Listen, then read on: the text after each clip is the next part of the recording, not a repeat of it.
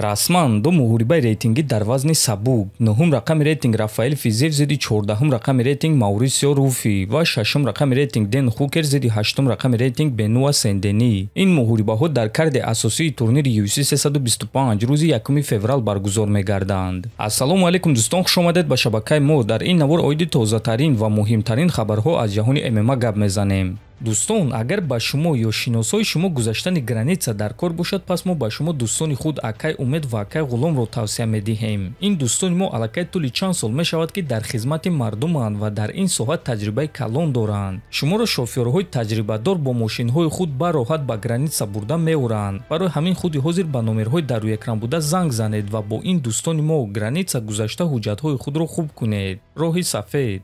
Чанд дақиқа пеш пулҳои коркардаи иштирокчиёни турнири UFC 323 маълум шуд ва ҳозир пешкаши шумо мекунем. Пулҳои коркардаи Майрон Сантос $56,000, $26,000 барои муҳориба, $26,000 барои ғалаба ва $4,000 дигар аз тарафи спонсорҳои UFC. Лекин аз сабаби накардани вазни даркорӣ 20% пулҳои ӯро $11,200 ба рақибаш Муҳаммад Наимов медиҳанд. Ана пулҳои коркардаи рақиби ӯ Муҳаммад Наимов бошад $77,200, $60,000 барои муҳориба, $6,000 аз тарафи спонсорҳои UFC ва $11,200 дигар аз рақиб. Пулҳои коркардаи Пётр Ян $1,432,000. Ана пулҳои коркардаи рақиби ӯ Мераб Дувалишвили бошад $2,342,000. Ва дӯстон, бояд қайд кард ки ин маълумоти 100% нест, чунки UFC пулҳои коркардаи ҷанговарони худро нашр намекунанд. Ин маълумотро дигар сомонаҳои хориҷӣ нашр мекунанд ва ин тақрибан пулҳои коркардаи онҳост. Акнун мегузарем ба реаксияи ҷанговарон дар турнири UFC 323.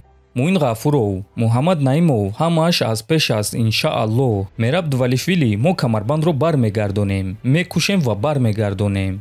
Илия Топурия, Мераб бародар, зиндагӣ пастию баландиҳо дорад, аммо барои мо ту доимо беҳтарин мемонӣ, ту боз ҳам бақувваттар бармегардӣ. Умар Нурмагомедов, муҳорибаи олиҷаноб Пётр Табрик. Фикр мекунам ки рӯзи 24 январ маълум мешавад ки дар навбат кист. Арман Царукян, муҳорибаи беҳтарин Табрик Пётр Ян.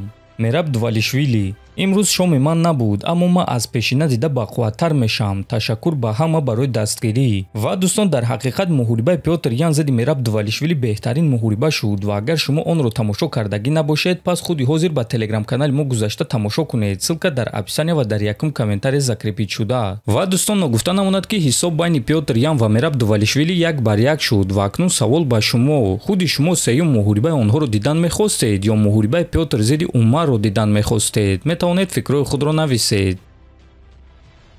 роҳбари UFC Дана Вайт дар пресс-конференсия баъди турнири UFC 323 гуфт ки барои чӣ ба якум рақами рейтинги вазни сабук Арман Царукян муҳорибаи унвонӣ надоданд.